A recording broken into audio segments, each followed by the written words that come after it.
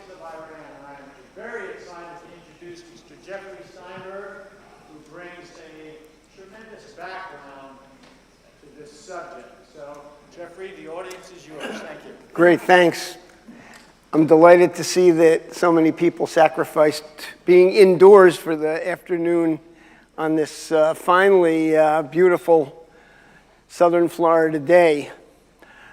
You're going to be reading a great deal about Iran in the media over the next several days. For one thing, Iran is a critical factor in the ongoing war that Israel's waging in the Gaza Strip. But equally important, on Friday afternoon, Iran is holding national elections, and they will be electing members of their parliament called the Majlis. And I think you're going to find that, without a lot of shock or surprise, that the overwhelming majority of people elected to the Majlis are going to be either arch-conservatives affiliated closely with the right-wing clerical establishment, strong allies of the current and probably soon-to-die Supreme Leader, Ali Khamenei, and also people very closely affiliated with the Islamic Revolutionary Guard Corps. This is not a really hard prediction to make because under the Iranian constitution, there is a body called the Guardians' Council, and they are largely clerics appointed by the Supreme Leader and lawyers appointed by the head of the judiciary, who's also an appointee of the Supreme Leader. And one of their jobs is to screen candidates for public office. And since the 2020 elections, there has been a complete wipeout of any candidates who represent either the moderate faction or the reform faction. Up until that 2020 election,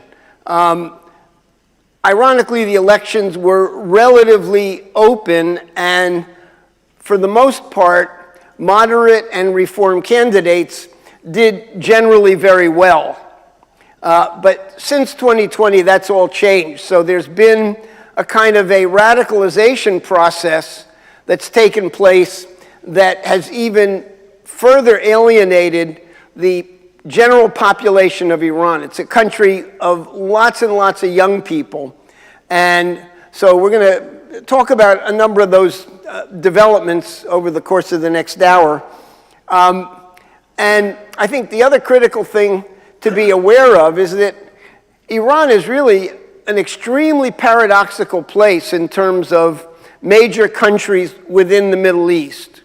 For one thing, there is no question whatsoever that the majority population of Iran, particularly the younger generation, are very pro-American and very pro-West.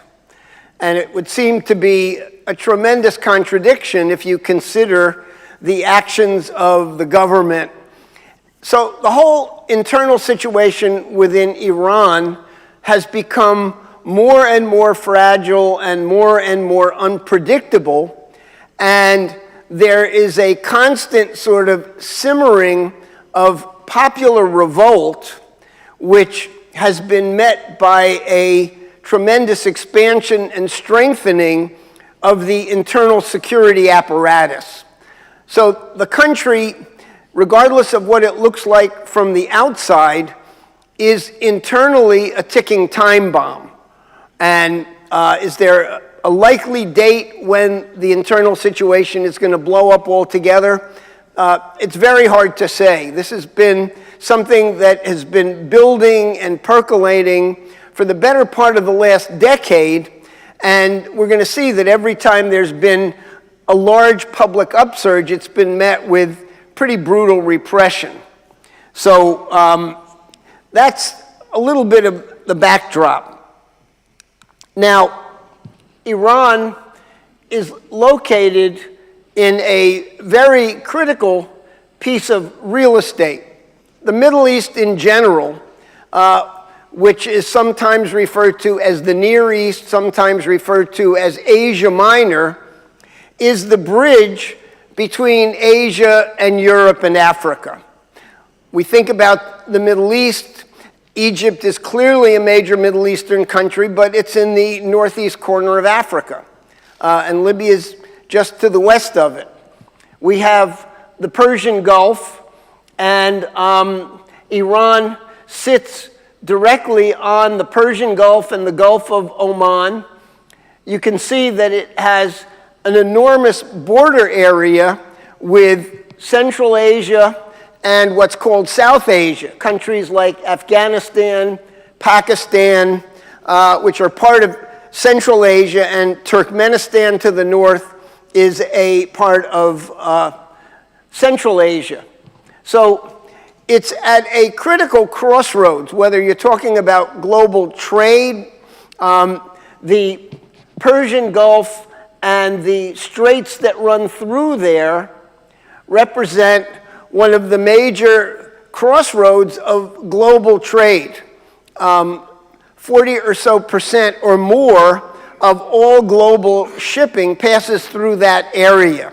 And so there's great concern about things like the Straits of Hormuz, which is right under Bandar Abbas there, and is one of those narrow shipping lanes where an incident at sea could cause a major disruption of global trade.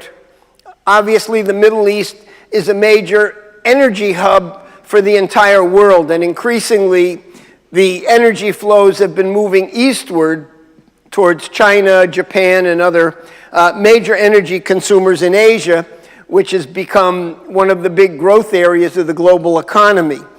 So this is a critical part of the world that affects things that go on everywhere around the globe. Some of you have probably heard of the World Economic Forum that takes place every year in Davos, Switzerland.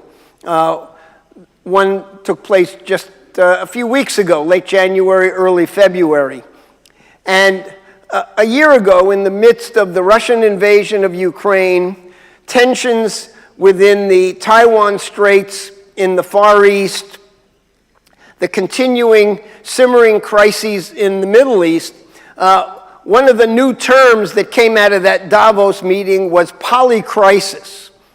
And a lot of the people there were sort of enamored with this idea. But basically what it says is that the global economy, global security, is so integrated and interactive that an event that in the past might have been a localized event in one little part of the world has all kinds of reverberations everywhere on the planet. And so the situation around Iran and around the Middle East is really absolutely central to that situation.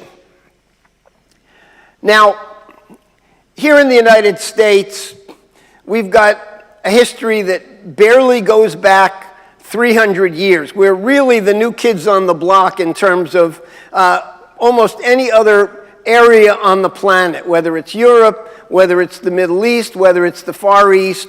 The Chinese talk about an empire that goes back 3,000 to 5,000 years. And Persia, during a critical period of time when Europe was in the middle of a dark age, was one of the great cradles of civilization. And this is part of the sort of history that many people in Iran, including young people, are enormously aware of. And so it kind of forms a backdrop. Cyrus the Great was one of the first heads of the Persian Empire. They defeated the Greeks. They were a dominant source of civilization, and that goes back to 500 AD. So, we're looking almost 2,000 years. Cyrus was followed by Darius, another great Persian emperor. And one of the very first of the monotheistic religions before the advent of Islam was Zoroastrianism, which is still to this day a religion that has deep roots in Iran, in the Persian Empire, and there are still people who practice it. It was only in the 7th century, after Muhammad, that the Persian Empire was invaded by Arabs and they were converted to Islam. And, you know, today we talk about the split within Islam between the Shia and the Sunni branches of Islam, which, not to dwell on it, but it goes back to the death of Muhammad and what the line of succession would be after him, whether it would be key followers or whether it would be blood relatives of Muhammad. But for a long period of time, the brand of Islam that was practiced in Iran was Sunni, and now, of course, it's shifted over to Shia, and other countries, including Egypt, were Shia and are now predominantly Sunni. So these are sort of complications of the whole situation. During the 10th and 11th centuries, the Persian Empire was really the center of a global renaissance.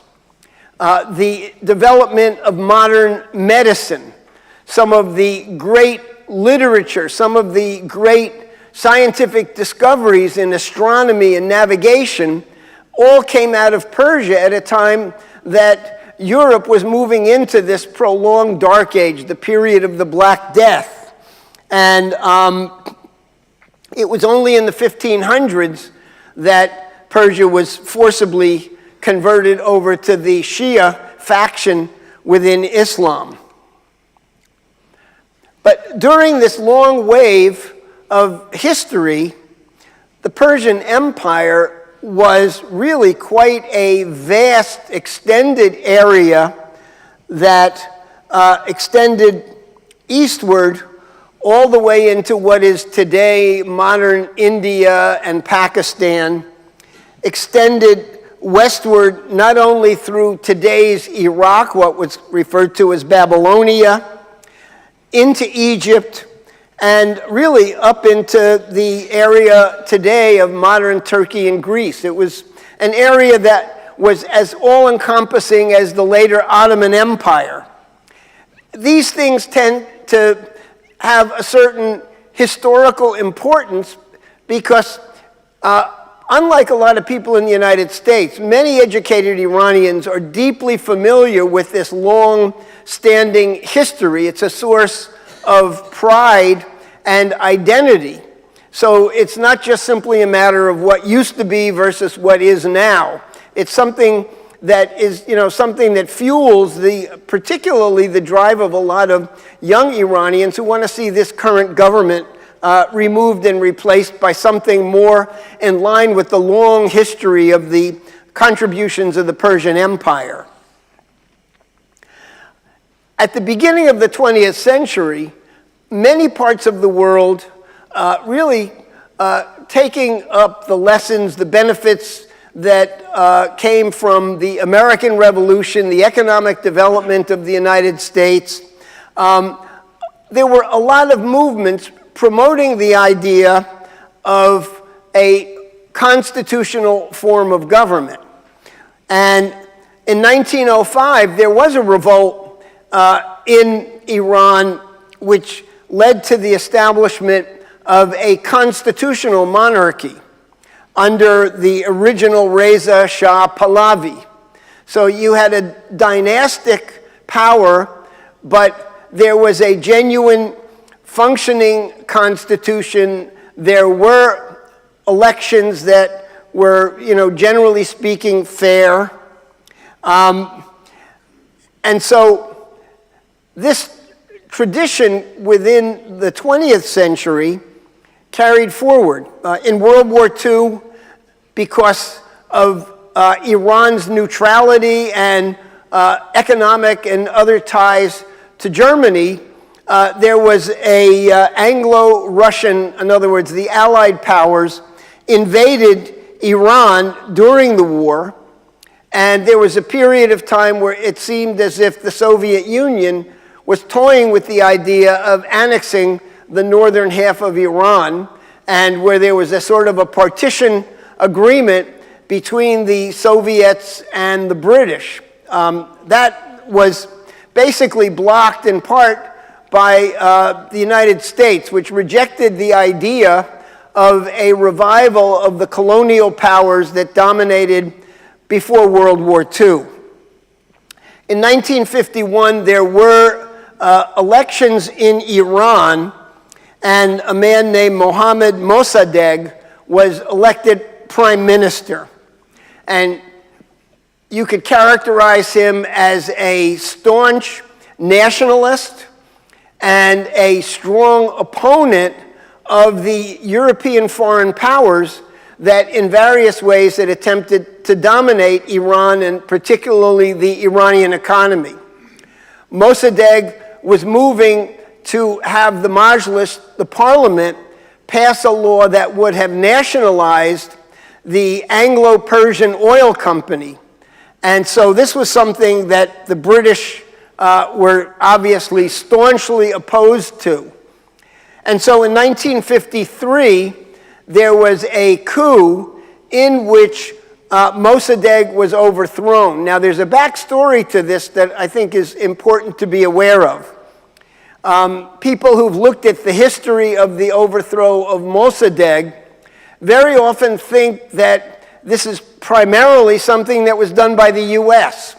If you've read the histories of that period in Iran, people like Kermit Roosevelt, who was a CIA officer, who was a descendant of President Theodore Roosevelt, and others, a man named Miles Copeland, they were instrumental players in the overthrow of Mossadegh.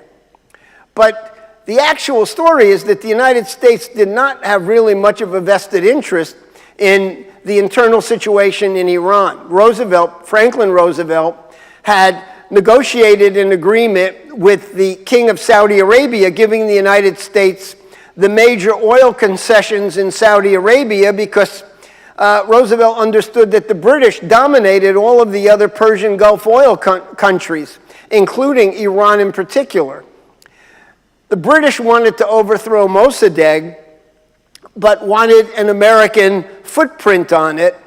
And so the British government in early 1953 threatened that they would withdraw all the British forces from the Korean War unless the United States, new President Dwight Eisenhower, agreed to go along with the overthrow of Mossadegh and put a lot of CIA resources into it.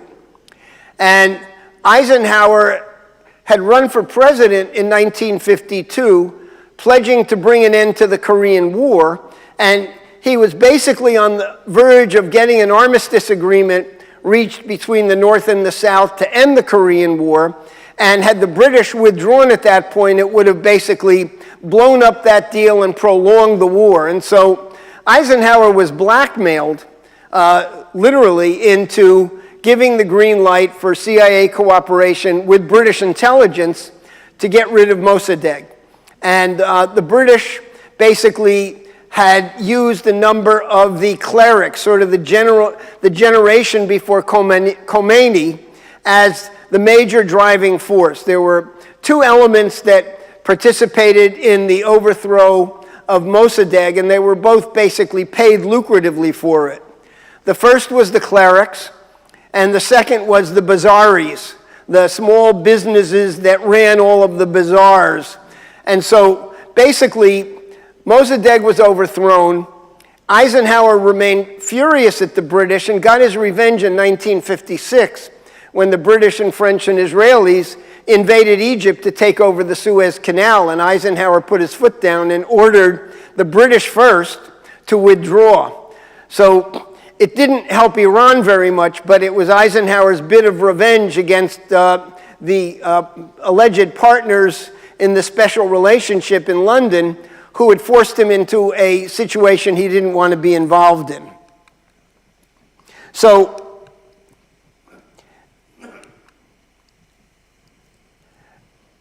the Shah of Iran was reinstated on the throne and had a very mixed legacy from the 1950s up into the 1970s. There was a certain aspect of genuine economic development. The Shah was strongly aligned with the United States and other Western powers and was a kind of a counteraction to Saddam Hussein and other elements within the region that had been more closely aligned with the Soviet Union. So you had a kind of a front line of the Cold War that was operating inside the Persian Gulf, in addition to the critical aspects of the oil geopolitics of the region. When Jimmy Carter was elected president in 1976, for the first time, an American president sort of counteracted the geopolitics of the Cold War and placed great emphasis on human rights as a cornerstone of American foreign policy. And so the United States began to systematically criticize the Shah and withdraw elements of support that he had enjoyed from the United States. It was almost as if in return for being a strong Cold War ally, the United States was the guarantor that the Shah and his family would remain in power in Iran. Well, the Carter administration, that broke down. And with the clear indication that the US government was no longer the guarantors of the power structure in Iran, rioting broke out in January of 1978 and reached such a point of intensity that the Shah of Iran fled the country. And in February of 1979, a leading cleric named Ayatollah Khomeini led a revolt that ultimately completed the process of overthrowing the Shah, overthrowing the Iranian monarchy system, and they established what was then declared to be the Islamic Republic of Iran. Now, I think it's important to realize that from this period all the way up through the first decade of the 21st century, there was an enormous amount of discussion in major Western governments about the potentiality for what was called political Islam. And so Khomeini led this revolution against the Shah, but when he returned to Iran, he returned from Paris. He'd been living in France under the protection of the French government. Again, if you go back historically to the breakup of the Ottoman Empire at the end of World War I, the British and French moved in to fill the vacuum, and a French diplomat named Picot and a British diplomat named Sykes sat down over a map of the Ottoman Empire and divided it in half, with the French controlling the northern part and the British controlling the southern part, mainly the Gulf area where they already had major oil interests. So far from this radical revolution, the Islamic Revolution of 1979, being something that was completely opposed and universally against from the Western powers, there was a lot of involvement. There was a lot of support.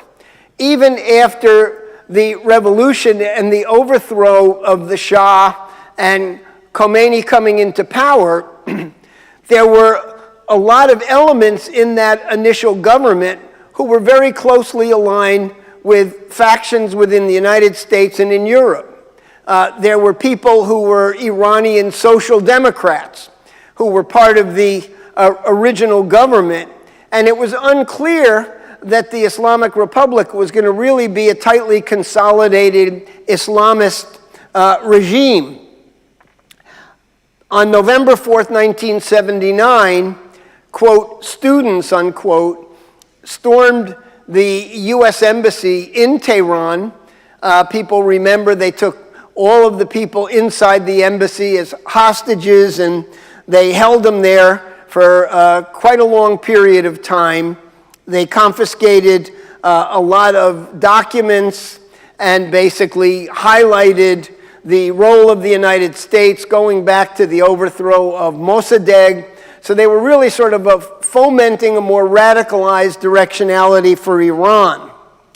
But yet, nevertheless, in December 1979, there was general elections and a referendum on establishing the first constitution of the Islamic Republic. And in fact, it did happen. It created basically a kind of a two-tiered structure of government. On the top was a theocracy, which was headed up by the supreme leader, Ayatollah Khomeini, and beneath that, there was a secular government that consisted of a prime minister, a president that was more of a kind of an informal head of state, a parliament. And so, again, there was not this sort of black and white situation during the early years of the Islamic Revolution. In September of 1980, Iraq invaded Iran. This was basically because the balancing act that had existed between the Shah and the Saddam Hussein government had been broken. Now, Saddam Hussein was a Sunni, largely secular, but he sat on a Shiite majority population. And so the war that broke out in September of 1980 ran for the next 8 years. And it was a brutal war in which the leading global powers, the United States, the Europeans, the Soviet Union, all had a kind of a hand in the process. And so at one point, you may remember during the Reagan period, there was a scandal called the Iran-Contra affair. And looking back from the standpoint of the kind of current roadmap of politics in the region, it's something to really make you want to scratch your head.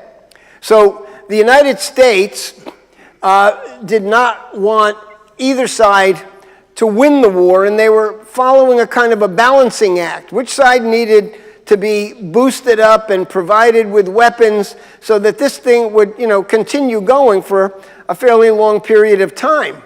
And so at one point, the United States and Israel were the major clandestine suppliers of missiles and other technology to the Iranians to keep that balance and keep the war going. The Iranians, relative to the military strength of Iraq, were really at a disadvantage with one exception.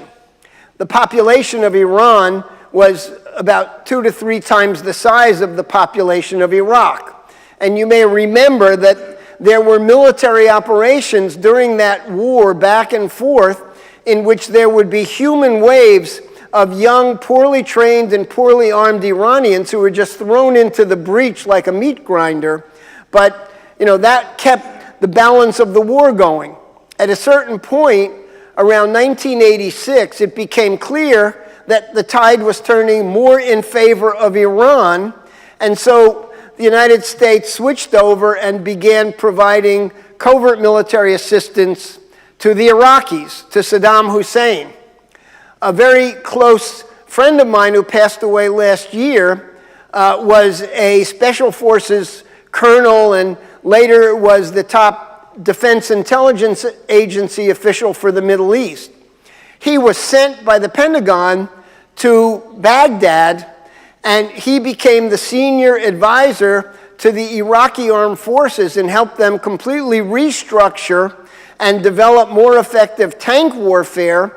And the United States was even providing limited amounts of chemical weapons to Iraq as a way of balancing things out. Ultimately, in 1988, both countries had been exhausted to the point that they were both ready to sign a ceasefire agreement. And so the war came to an end after 8 years, with both countries severely weakened and damaged, and the United Nations brokered a peace agreement.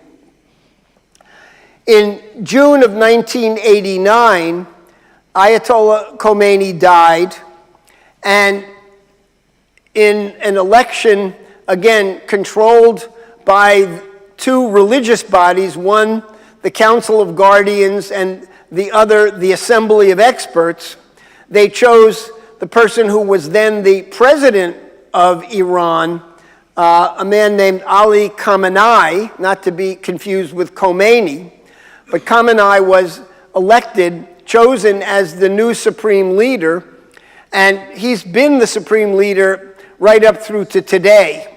He's quite old, he's in poor health. There's been an expectation that he's going to die at any moment for the last 5 years. But anyway, Khamenei replaced Khomeini, and that same year, there were presidential elections and also an extensive deliberation about changing the Constitution. So again, we're dealing with a country that is not just simply a rogue regime. There's a Constitution. Things operate on the basis of the specifics of the Constitution. The new one in 1989 resulted in the elimination of the position of prime minister, and so the president was elevated to be the actual head of the government and presided over the Majlis, but most of the key decision-making, control over the armed forces, control over the Revolutionary Guard, control over the judiciary, all of that power remained in the hands of the supreme leader, Khamenei. Now, there's some ironies here. Again, this is a country that's just one great big pile of ironies, one after the other. You would have thought that Ali Khamenei's chief qualifications to be the successor to Khomeini would have been that he was a real Islamic scholar, that he had extensively studied and had mastered all of the principles of Shiism. And in point of fact, Ali Khamenei was trained in the Soviet Union. If you go back and look at pictures that you can find online of Khamenei back in the period of the 1970s, 60s, and 70s, you won't see him wearing one of the, head turban things or wearing long robes. He's wearing a beret, he's wearing a leather jacket, and he's standing at a rally in Moscow holding a Kalashnikov rifle in his hand. So he was, a radical who was trained at the University of Tashkent in the Soviet Union. And the Soviets also understood the potential power of Islam as a movement that could be a source for political radicalization and instability. So you've got this former Soviet-trained guy now dressed up as a cleric, and he's the ultimate power inside Iran. Elections are still taking place, and they are genuinely competitive. There are reform candidates, there are moderate candidates. The candidates generally aligned with the hardline clerics always lost. In 1989, one of the powerful figures within Iran, who would have to be fairly characterized as somewhere between a reformer and a moderate, a man named Ali Akbar Hashemi Rafsanjani, was elected president. And he presided over some significant political and economic reforms. He was elected to 2 terms as president. He oversaw the process of the change in the Constitution. Among other things, they established something called the Supreme National Security Council, which is a blend of government ministers and people directly appointed by Khamenei, the supreme leader. In 1997, another reformer named Mohammad Khatami was elected president, and again, he served 2 terms as president from 97 until 2005. So really, moving well into the 21st century, you had this blend of reformers, moderates, and the dominant power base of the conservative clergy was around the supreme leader. It was a kind of a paradoxical and somewhat untenable situation. There was a revolt, a kind of a populist revolt that took place around the time of the 2005 elections. And a young kind of a firebrand who came out of the Islamic Revolutionary Guard Corps named Mahmoud Ahmadinejad ran for president, was highly critical of the reformers who had failed to reform, or the moderates who had really failed to do anything to improve the conditions. And in 2005, Ahmadinejad was elected president and really surrounded himself with hardline people from the Revolutionary Guard Corps, which is what he had come out of. And so that election began a kind of a transition towards more and more effort of the hardline factions, which were a minority within the country and were highly unpopular, but moves towards consolidating more and more power. A turning point came in 2009 when Ahmadinejad was running for re-election against a slate of reform candidates, a candidate running for president and for other key positions. And there was suspicion that the election was decided by widespread vote fraud, because the expectation was that Ahmadinejad, who had failed to live up to any of the kind of populist promises that he had made, was expected to lose by a wide margin. Instead, he won by a narrow margin, and the net effect was that it triggered the most widespread street revolt against the election fraud. And so, if some of you remember, back in 2009, there were millions of Iranians that took to the street, backing up the reform candidate who had been basically denied the election victory. The reform candidate was running on something called the Green Movement. And so the Green Movement suddenly emerged as a mass-based popular upsurge against the entire clerical establishment and everything else that had been going on during the Ahmadinejad period. 2009, the US elections in 2008 resulted in the victory for President Obama and Vice President Biden.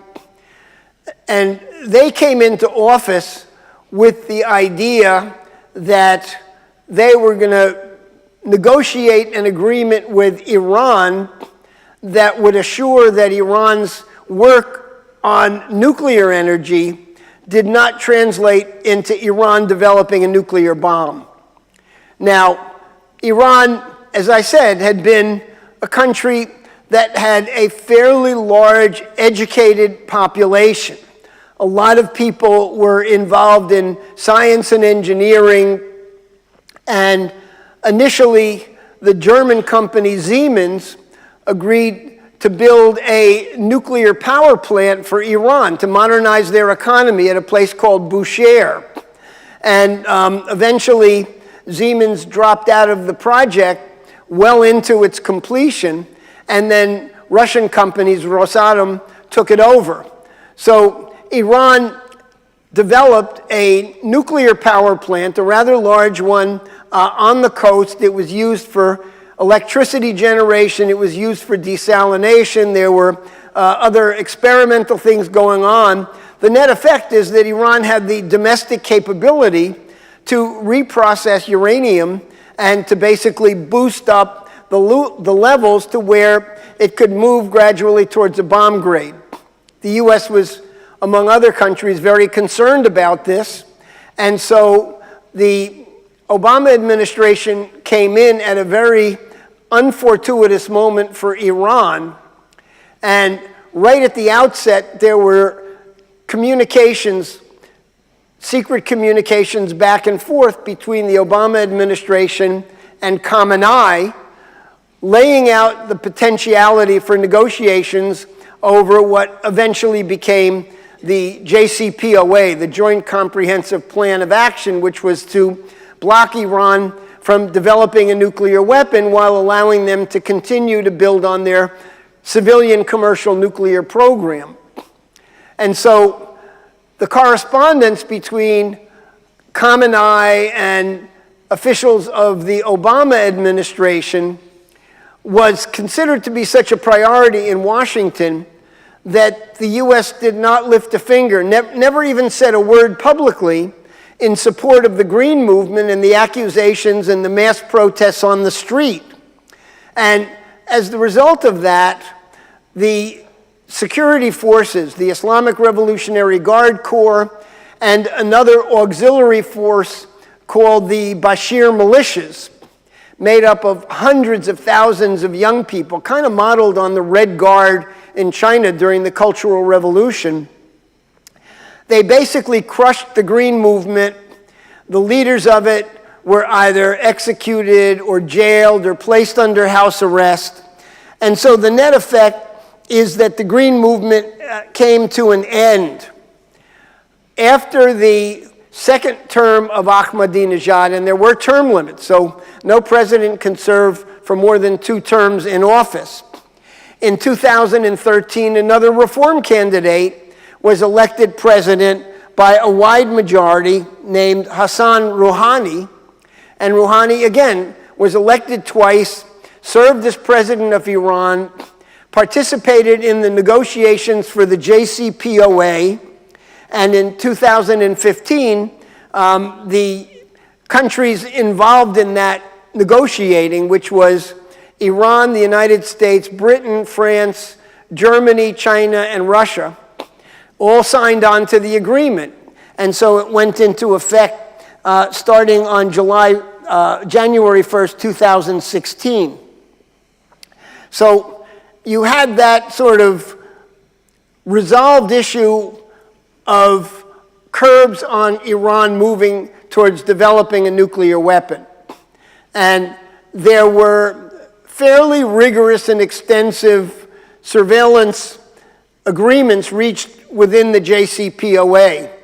The International Atomic Energy Agency had oversight at all of the known sites across Iran where there was potentially work related to nuclear weapons and fuel reprocessing. The IAEA had cameras, they had inspectors, they had an agreement that sites could be visited without advance notice. So it was imperfect, but generally speaking, the agreements as far as Iran's nuclear program were holding in place and working. Many people criticized the JCPOA because it did nothing about Iran's other actions within the region. They were the leading supporters of Hezbollah in Lebanon and in Syria. They were big backers of Hamas in the Gaza Strip, even though Hamas is the Palestinian branch of the Egyptian Muslim Brotherhood, which is a radical Sunni movement. But Iran was building up capabilities, what's today referred to as the resistance. And so Iran, through the international arm of their IRGC, was building up proxies, assets throughout the region, who could basically, at Iran's command or on their own, develop instability almost overnight. In 2006, Israel had a war with Hezbollah, which had amassed thousands and thousands of short and intermediate range rockets and missiles. And by all accounts, the Israel-Hezbollah war sort of ended in a stalemate. It came to an end, but it was clearly not a decisive defeat for Hezbollah. So chalk one up to the Iranians. In the meantime, in 2003, following the September 11th, 2001 attacks on the World Trade Center and the Pentagon, the George W. Bush Cheney administration decided that Iraq was seeking its own WMD under Saddam Hussein. Earlier, Saddam had invaded Kuwait and pretty much seized the country, and it was Operation Desert Storm that forced the rollback of that. But in March of 2003, the U.S., with allies, invaded Iraq and overthrew Saddam Hussein. The net effect of that was that the balance between Iraq and Iran, that had been a kind of a military stalemate dating back to the 1980s Iran-Iraq war and carrying forward, was broken. Because suddenly Iraq, with a large Shiite majority population, elected a Shiite-dominated government that immediately began in various ways aligning with Iran. So the entire balance, this sort of fragile, asymmetric balancing act that dominated the big area of the Persian Gulf, fell apart. And so Iran's influence into Iraq extended significantly. Ironically, during that period of the U.S. occupation of Iraq after the overthrow of Saddam, there was a lot of collaboration back and forth between Iran and the United States to achieve a level of stability inside Iraq, because the major insurgency was Al-Qaeda, and then after that, the Islamic State, which were radical Sunnis. So the Shiite militias that were dominated by Iran inside Iraq very often were aligned in conducting joint military operations against ISIS, along with the U.S. forces there. So again, nothing in the Middle East is simple or straightforward or conforms in any way to what you might assume to be the case on the surface. 2018, the Trump administration withdrew from the JCPOA. And the fact of the matter is that there was a lot of uneasiness and a lot of concern about what was not included in the JCPOA. It was exclusively related to Iran's nuclear program, not to Iran's vastly expanding missile program, which was under the IRGC, and nothing to do with all of Iran's proxy operations all over the region. And so when it came time to finalize the Joint Comprehensive Plan of Action, you'll notice that the word treaty is not included in it, because had there been an attempt to turn that into a formal treaty that would have been binding on future U.S. governments, it would have never passed the U.S. Senate. And so the decision was made to turn it into an agreement that was an executive-level agreement signed by President Obama and the heads of state of all the other participating countries. But there was nothing binding the United States president to continue to go along with it. And so Trump basically withdrew from the JCPOA, insisting that he was prepared to negotiate a more comprehensive agreement with the Iranians that would have covered the other areas of concern, namely the missile capability and all of the proxy operations the Iranians were running all around the region. On January 3rd, 2000, as part of the hardened U.S. position, restoring all of the sanctions, basically conducting a campaign of maximum pressure whether it was to get the Iranians to negotiate under different, more favorable terms or just destabilize the country, the U.S. carried out an assassination against a man named Brigadier General Qasem Soleimani. Now, Khamenei was the titular head of state, the supreme leader, the top cleric in Iran.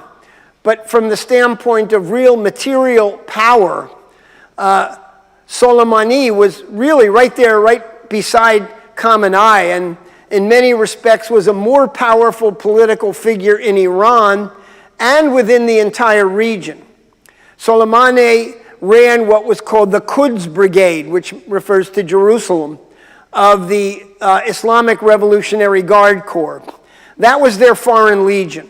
And so his operations were responsible for the support to groups like Hezbollah and Hamas and the popular mobilization militias inside Iraq.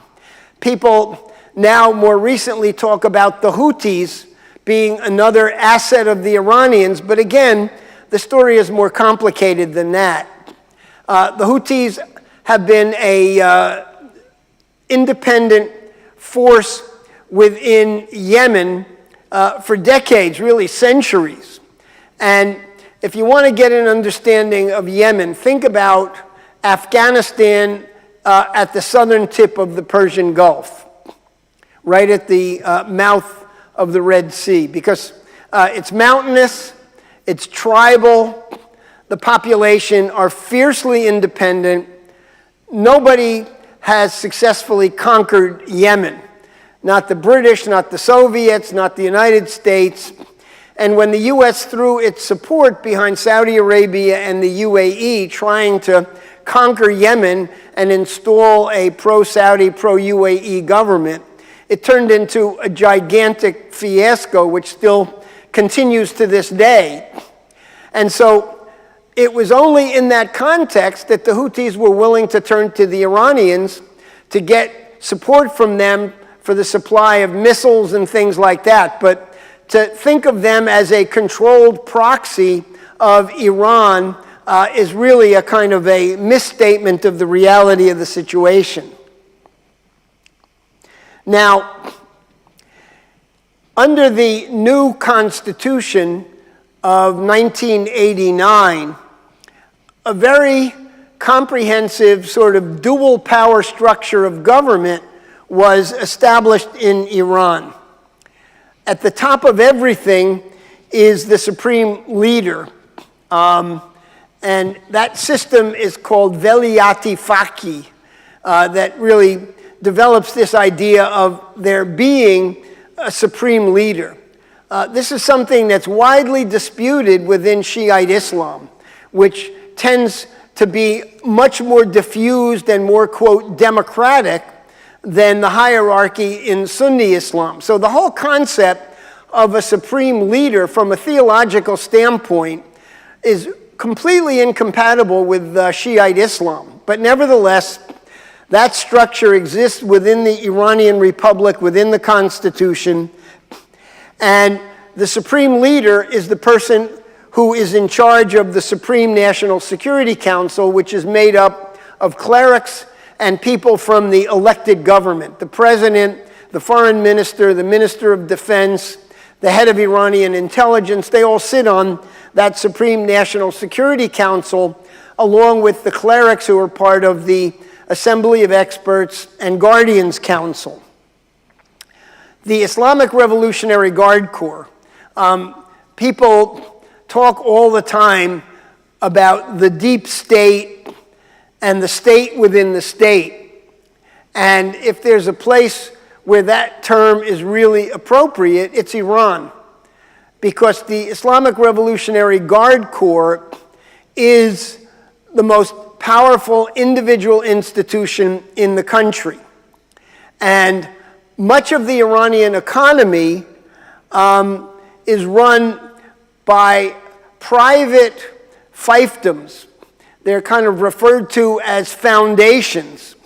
But these are large business cartels And all of the large business cartels are actually either controlled by the Revolutionary Guard or by the clerical families immediately surrounding Khamenei. About 80% of the Iranian economy is under the control of these two interconnected groupings. But because of the level of continuing and ongoing social unrest within the country, the IRGC is really the glue that holds the entire system together. The Assembly of Experts is the body of clerics whose main responsibility is to choose the successor when the supreme leader dies. The Guardian Council, as I mentioned, is the body that is kind of like overseeing all of the political affairs and all of the elections. They're clerics, they're lawyers tied to the justice ministry run by the supreme leader, and so increasingly in recent elections, they have purged any candidates without explanation who have any ties to the moderate or reform factions. The Supreme Court, thoroughly under the control of the supreme leader, and then the Islamic Consultative Assembly, the Majlis, their parliament, is again subject to popular elections, but all of the moderate and reform candidates since the 2020 and 2021 elections have been purged before they could even get on the ballot. So it's a rigged game. The 2021 presidential elections were really a critical turning point. All of the non-hardline candidates, including a man named Ali Larijani, who came from a very widely respected family. His brother actually had been the head of the Justice Ministry and was replaced. But Ali Larijani was the Speaker of the Majlis and was clearly the lead candidate to be elected as the next president. He was disqualified. And in the previous election, which was the second term for the moderate candidate Rouhani, he had run against a conservative candidate named Ibrahim Raisi. In the election between Rouhani and Raisi, Raisi got 37% of the vote, and that was probably even elongated from what his actual vote total was. 4 years later, Raisi was the candidate for president, and all of the rival candidates from the reform or moderate faction were eliminated from the race. And so Raisi was elected president with 61% or so of the vote. Except if you looked at the vote totals, the absolute numbers, he got no more votes than he got 4 years earlier when he only got 37% of the vote. The vast majority, over 60% of the voters, stayed home and never cast a ballot because there was nobody to vote for. So Raisi's 37%, landslide defeat 4 years later was 61 or 62% of the vote because so few people voted, and he became the president. And so basically, for the first time since the beginning of the Islamic Revolution, all of the centers of power that I indicated in the previous slide were under the control of the hardline clerics and the IRGC. There was nothing really else left.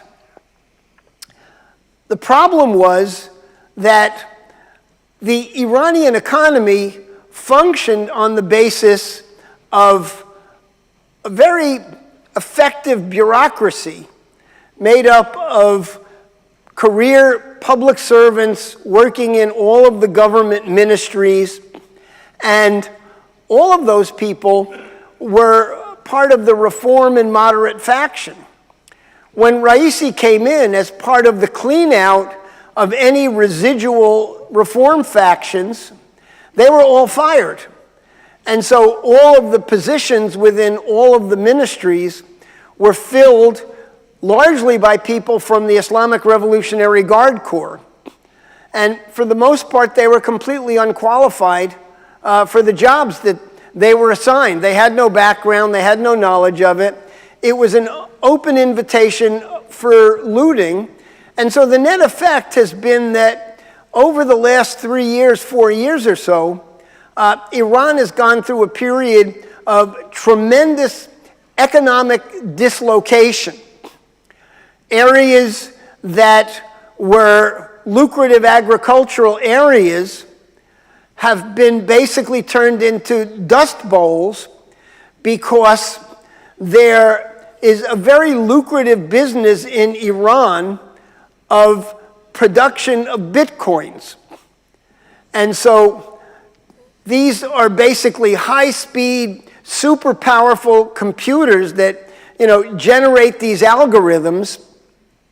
They require enormous amounts of electricity, enormous amounts of water to maintain these things, and the net effect is that areas that are major economic breadbaskets are now suffering from droughts and almost continuous blackouts and brownouts. So what you're getting taking place pretty much on any given day across the Iranian economy are spontaneous revolts.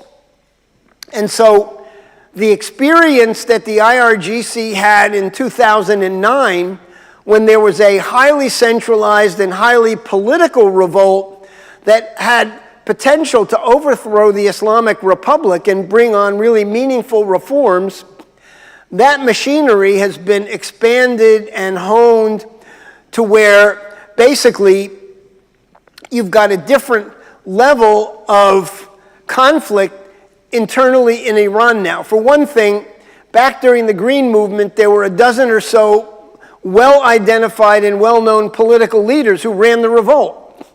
Now, with social media, there's a much more dispersed process, and a lot of young people who are just computer savvy are sending out blasts through social media channels, the dark web, and all of this stuff, and you're getting basically little mini revolts popping up all over the country.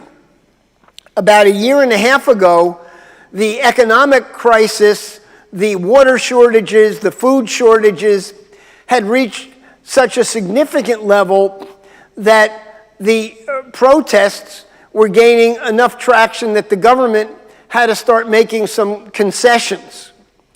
And so, as I say, we're on a kind of a ticking time bomb situation. The negotiations that the Biden administration initially said they wanted to institute to restore the JCPOA and reconstitute, lift the sanctions and begin the process of integrating Iran into the Western economic structures never went anywhere, in part because the dominant role that the IRGC plays over the Iranian economy is such that they are beneficiaries of the sanctions. They've developed a sophisticated system of sanctions evasion, smuggling capabilities. They've opened up bank accounts all over the Middle East under various front companies. People may remember at one point a truckload of gold was intercepted by Turkish authorities, and the truck was on its way to Lebanon to deposit that gold in an IRG bank account. And Erdogan in Turkey was perfectly happy to confiscate and hold on to the gold. But so Iran, under the IRGC, has developed a very effective and very vast system of evading sanctions and consolidating further their control over the economy. We don't know precisely what the breakout timetable is for Iran in terms of a sufficient amount of highly enriched uranium to build a bomb. That is not the same thing as having a bomb. There's a lot more that goes into constructing and safely and securely building a nuclear weapon. And so even Israeli intelligence, which talks about Iran being 3 months away for having sufficiently highly enriched uranium to build one or several bombs, they acknowledge it's still another 5-year or more process before they can fabricate an actual weapon and attach it to a delivery system. But one of the other things that happened in the aftermath of 2018 and the reimposition of US sanctions is that Iran began to be significantly courted by China and Russia. And so in various ways, China and Russia, each for slightly different reasons, had a strong vested interest in stepping into the vacuum that was created when pretty much all of the Western countries abandoned any sort of real engagement with Iran. China has signed a 40-year strategic partnership agreement with Iran, and this has been one of the lifebloods that has kept the Iranian economy from crashing altogether, because Chinese technical advisors, industrial managers have been coming into Iran and at least giving some level of competent assistance to the clueless people who are in the ministry supposedly running the economy. The Chinese have negotiated, as part of the arrangement, the possibility of the Chinese setting up a PLA base on one of the islands, Kirsch Island, right off the coast of Iran. It's a disputed island between the UAE and Iran, but the Chinese are looking to potentially establish some kind of a naval or other security presence there. But the Iranians are supplying a vast amount of oil and gas to China. And the Chinese are really very good businessmen. They drive an extremely hard bargain. They're getting 30 to 40% discounts on all of the oil and gas that they're extracting from Iran and also that they're extracting from Russia. So the Chinese are not exactly losing out on the areas of support they're giving to Russia during the Ukraine war, while avoiding any significant Western sanctions. But so China is moving in economically.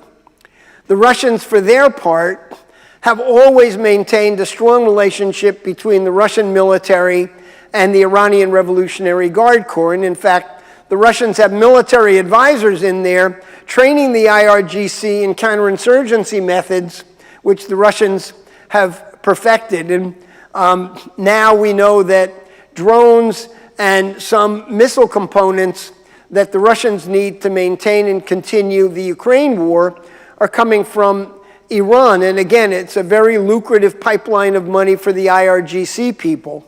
And Iran and North Korea also have a special relationship in which Iran's advanced missile capabilities, which are substantial, have been shared with North Korea. And North Korea, of course, has fabricated anywhere from 50 to more nuclear weapons, and they know the technology for being able to actually construct a bomb as opposed to just simply reprocessing of fuel. The elections coming up, as I say, on Friday are for the Majlis. Next year there'll be presidential elections. It's expected that sometime in the very near future there'll be a replacement for Khamenei. And because of the unpopularity of the clerical establishment, they're really hated by the overwhelming majority of young Iranians. There's serious concern at the Pentagon that there could actually be a military junta by the IRGC to bring an end to the Islamic Republic and just create a flat-out military dictatorship under the IRGC. So many of the studies that are produced at the Pentagon assessing the possibilities of a revolution to overthrow the Islamic Republic are very cautionary, because they say, be careful what you wish for. It may turn out to be worse than what we've got now. So Iran has clearly tilted towards aligning with a new emerging combination of powers coming largely from the East. About 2 years ago, Iran became the newest member of an organization called the Shanghai Cooperation Organization, which was originally founded by Russia, China, and the Central Asian republics as a kind of a security structure in the aftermath of the collapse of the Soviet Union in 1991. It's now evolved into a larger organization. In fact, if you look on a map, all of the countries that surround Afghanistan, China, Russia, all of the Central Asian republics, India, Pakistan, and Iran are all members of the SCO. So Iran is basically moved into a kind of a security architecture that may give them added guarantees of survival, whether it's the Islamic Republic or a straight IRGC state. Also, in August of this past year, at the annual Heads of State Summit meeting of the BRICS, which is Brazil, Russia, India, China, and South Africa. This is an economic kind of loose trade association, but with a lot of geopolitical overtones. That organization expanded to include 5 additional countries: Iran, Saudi Arabia, United Arab Emirates, Egypt, and Ethiopia. So the BRICS Plus is now an organization that dominates the entire extended Persian Gulf region, including all of the major oil-producing countries of the region. Russia had already aligned with the Saudis in reviving the role of OPEC Plus as a cartel that is shaping and controlling oil prices globally by setting quotas on the amount of oil being produced. So Iran is an element within a larger regional and global realignment, which is something that is moving forward at a fairly rapid rate. Soon after Xi Jinping first came in as the head of the Communist Party of China, and then also as the president of China, he made a trip to Kazakhstan, and at the University of Astana, he announced a project called the Belt and Road Initiative, in which basically China announced that they would spend billions of dollars on roads, rail, and port infrastructure to connect China across Eurasia into Europe and down into Africa to consolidate China's trade position in that whole part of the world. In the 10 years since the launching of the Belt and Road, China has invested over $1 trillion in those various projects. Some have succeeded, some have failed, but the net effect is an enormous expansion of Chinese power into that part of the world, including particularly the long-term special relationship developed with Iran. Soon after that announcement of the Belt and Road program, Xi Jinping made a trip to the Middle East and had extensive and highly successful visits in Saudi Arabia, Iran, and Israel. Now, I can't think of a Western head of state who could visit those 3 countries and be welcome in all 3 of them with open arms. So we're seeing a larger change within the landscape of the region in which the Iranians are building up and securing their position externally within the region, even as their internal troubles are mounting to the point where things could blow up at any moment. In a more recent trip to Beijing, Rezai and the Crown Prince of Saudi Arabia met under the auspices of the Chinese government, and the Chinese successfully mediated a kind of a rapprochement between Iran and Saudi Arabia. It means basically that there's at least a modicum of de-escalation of the hard conflicts within the region. And of course, the events of October 7th have kind of thrown a curveball into that process, and it still remains to be seen. The evaluation that I get from contacts in Washington, both at the Pentagon and in the intelligence community, is that Iran views its support for all of these proxy organizations around the region, from Hamas to Hezbollah to the Popular Mobilization Forces in Iraq to the Houthis in Yemen, as a war avoidance. In other words, they keep everybody focused on brushfire conflicts with these proxies and surrogates, and it reduces the possibility of an all-out frontal attack against Iran to go for regime change within Tehran. So again, you don't think about support for proxy wars and terrorism all over the region as a war avoidance policy, but that's the kind of logic that we see in Tehran today. So this is a fragile situation, both internally and more broadly within the region. We don't know when something in the next days or weeks or hours could trigger a spillover into a larger war.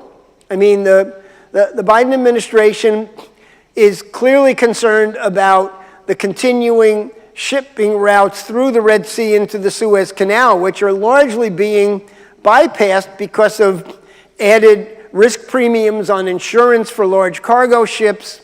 So the United States is carrying out bombing campaigns against some of the Houthi positions where they're firing missiles and rockets into the Red Sea area to block shipping.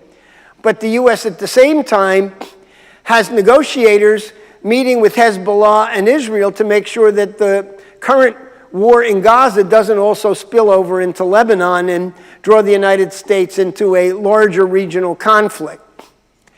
So I guess I should have started this afternoon by just giving everybody a cautionary note that when you talk about Iran and talk about the Middle East, it's very complicated, but I hope you've sort of come to that conclusion on your own. And I think we've got about 15 or 20 minutes or so. We can take some questions. Yes? I'm late for a meeting, but I got one question. Sure. You said the moderate presidential candidates were eliminated. Yes. Why were they eliminated?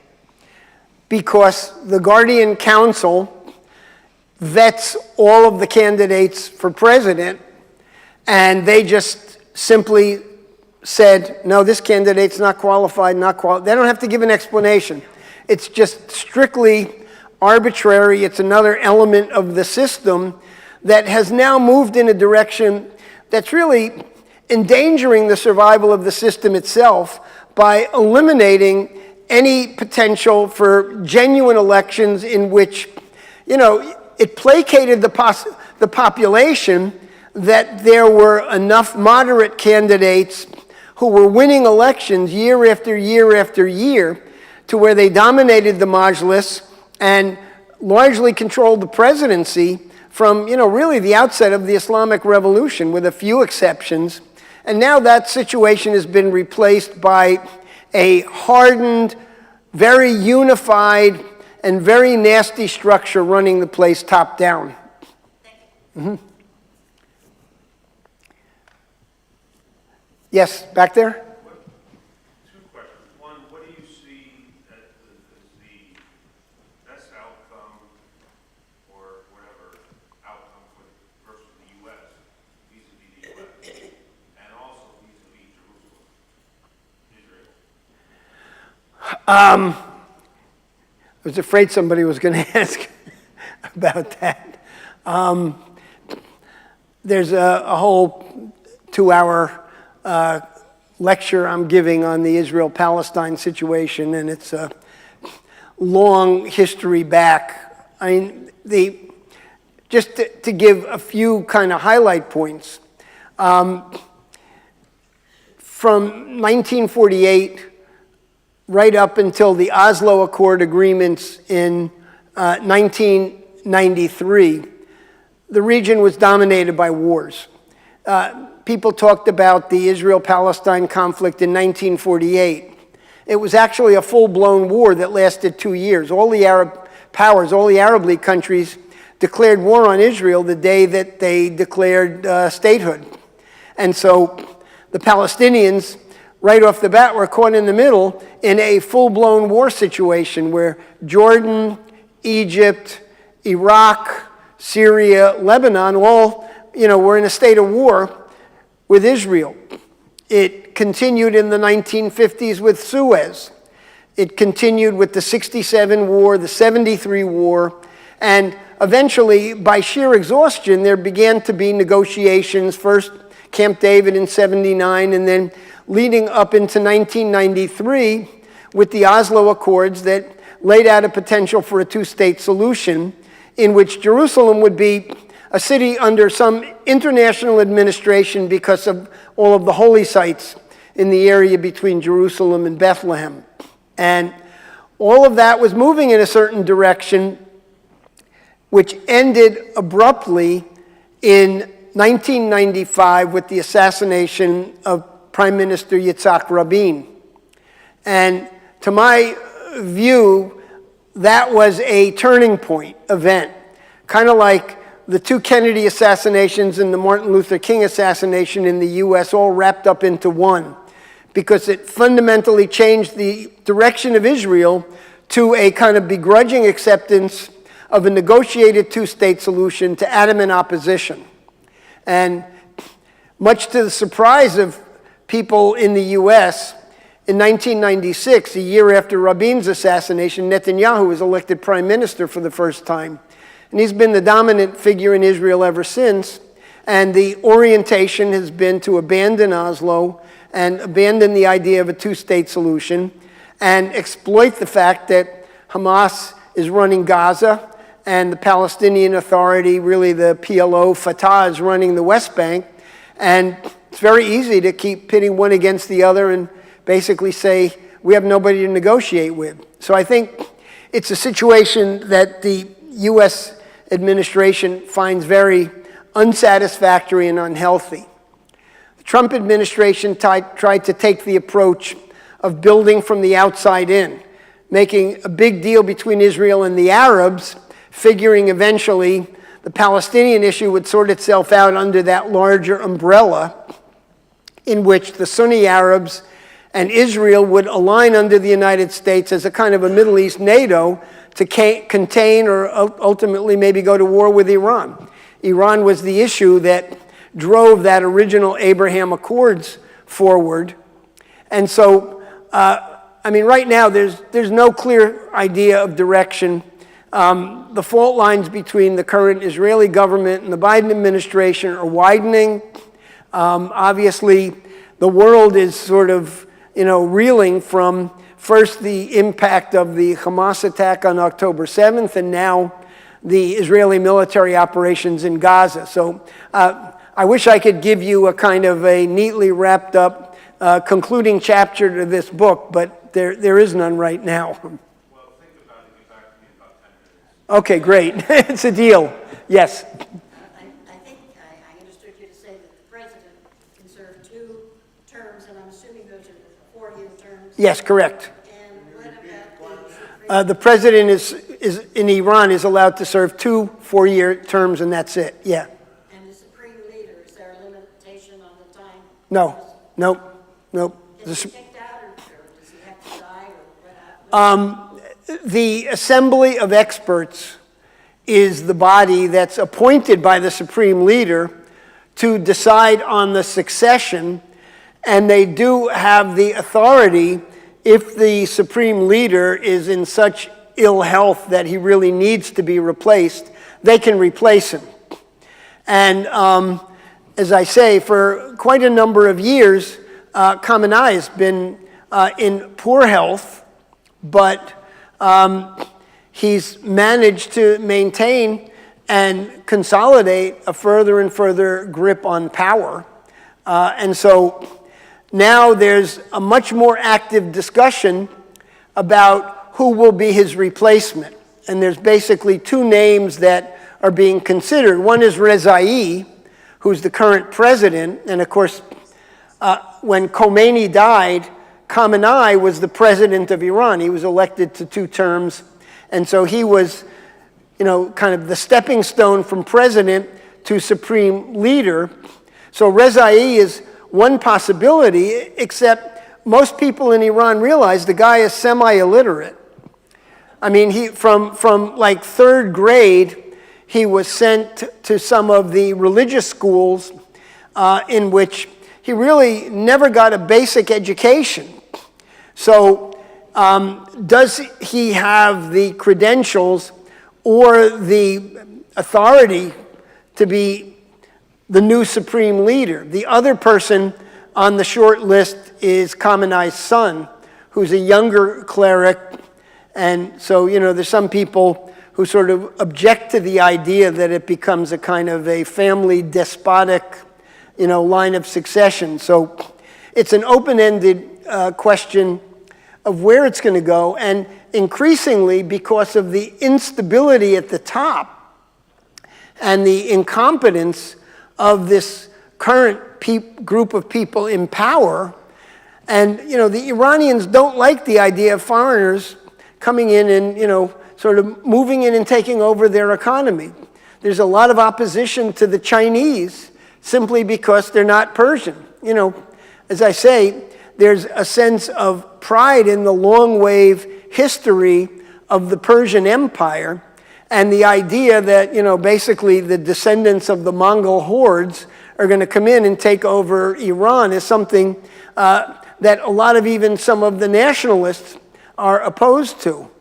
So I do not rule out, and as I say, people in the intelligence community and the Pentagon in Washington also are of the view that there's a reasonably good chance that you could get simply an IRGC coup that says it's over, no more Islamic Republic, we are going to have a secular, strongman government. It wouldn't be the only one in the Middle East. And there are factions within the IRGC that might even move to restore, under tight military dictatorship, some of the competent people who used to be in the ministries, who at least knew how to run the economy. Yes, back there, and then there, and then there. Yeah, we'll take 3 more. Yes? What do you think the impact is of America having limited military capabilities and decreased equipment, weaponry, and personnel has on the ability of America to have any influence on Iran or any of these other type of economies? It's clearly a concern and a factor.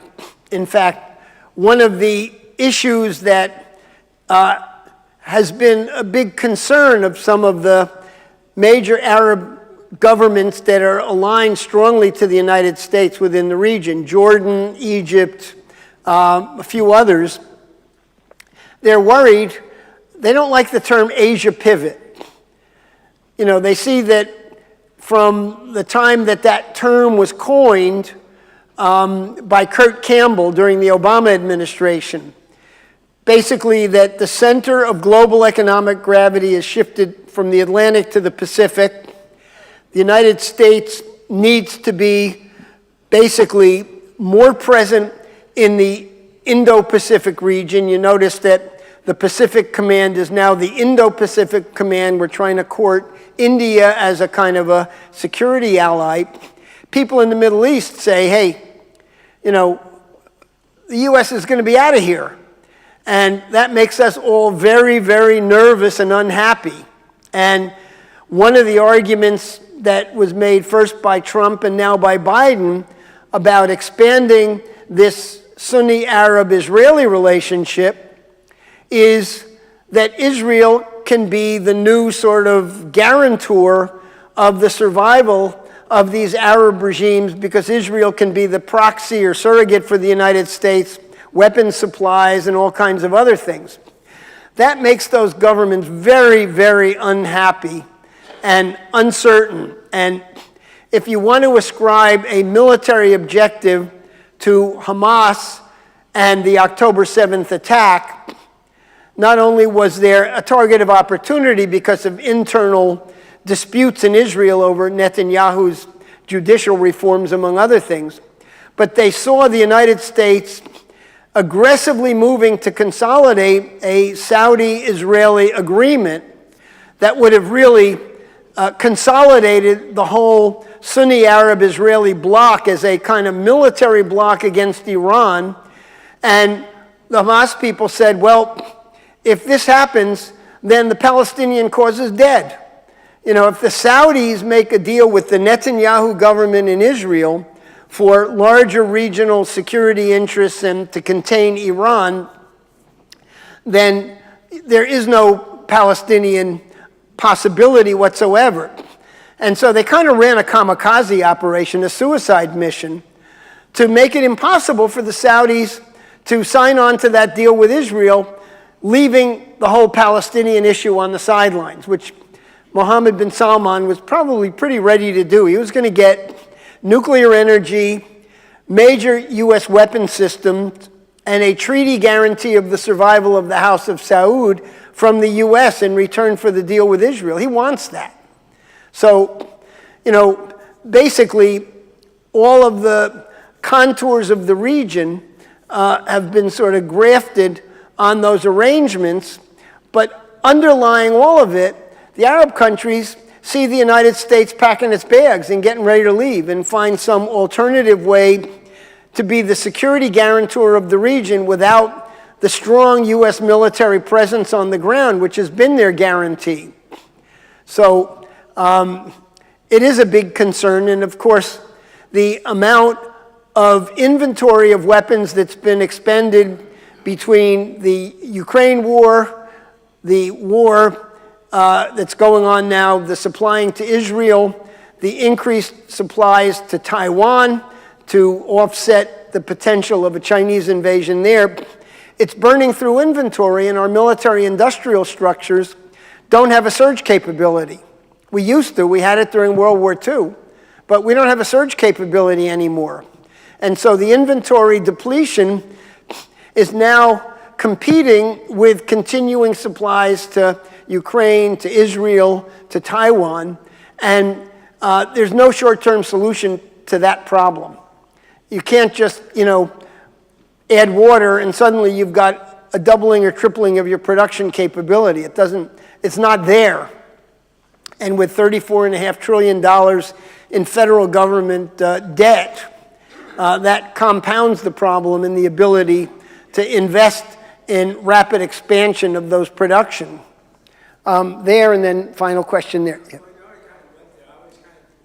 India seems to be, you haven't mentioned them in $100. They kind of stay out of this frame. I guess the question, do you think that's something that will continue? India has extremely close economic and diplomatic ties with Israel and Iran. India has historically, since independence, tried to maintain a political non-alignment. And under the present circumstances, the best option on their table is to be involved in all of the alliances, so that pressure from one is offset by pressure from the other. So India is one of the 4 countries in the Quad, which is the United States, India, Japan, and Australia. And you know, in Washington, a lot of people sort of dream that that could become a kind of an Asia NATO, quasi-NATO, and that India will basically abandon its historical ties with Russia, and that the conflicts, the competition between India and China will break them away from things like the BRICS or the Shanghai Cooperation Organization, and it ain't going to happen. India is historically, you know, straddling all of those different things and is committed to remaining fiercely independent. So India has a joint project with Iran building a major deep water port in Iran at a place called Chabahar. And from India's standpoint, it's a great deal because it gives them the ability to have alternative trade routes north-south into Central Asia that doesn't make them go through Pakistan, their local rival. And so India's got that deal with Iran, and they're pouring lots and lots of money into that project. And India also maintains a very, very strong special relationship with Israel, and always has. And so they're being critical of some of the excesses of the Israeli attacks in Gaza, but they are not taking sides. I mean, India will, twist and turn and contort to avoid having to give any appearance of solid alignment with any existing blocs. So they're a kind of a net neutral factor in some of these really tough situations until it reaches the point where they've got to make a choice. And, so far they've been the artful dodgers avoiding that. Final question here. What is known about the IRGC's leadership and structure? Just what is it?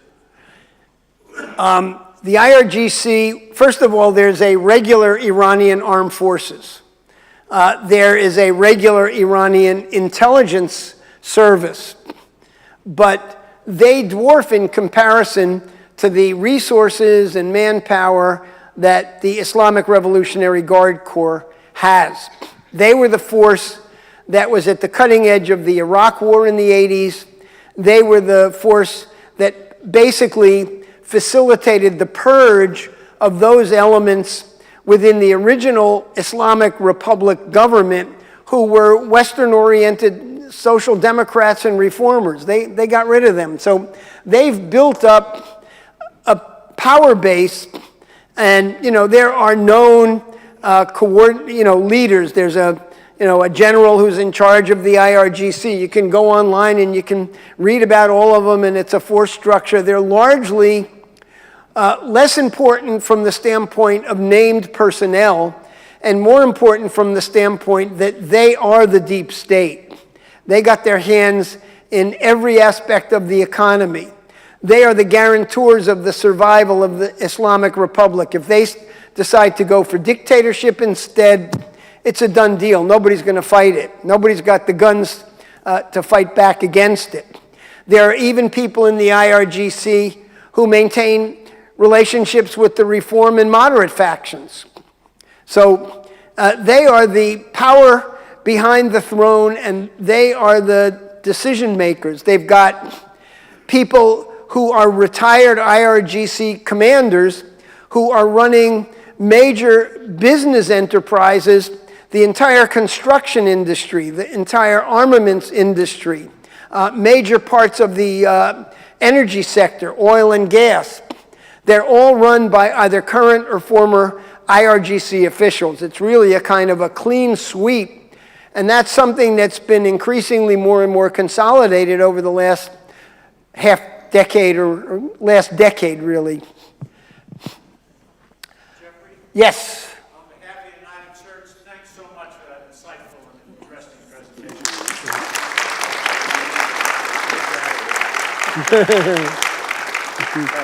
Okay. Okay, 2 weeks we'll have Thomas Eastwood here, and then the final one, and I think it's the 28th of March, will be Edward Grace, who was here last year talking about Mars. He's going to talk about Artemis and the return to the moon. Thanks for coming. Have a great day. Thank you.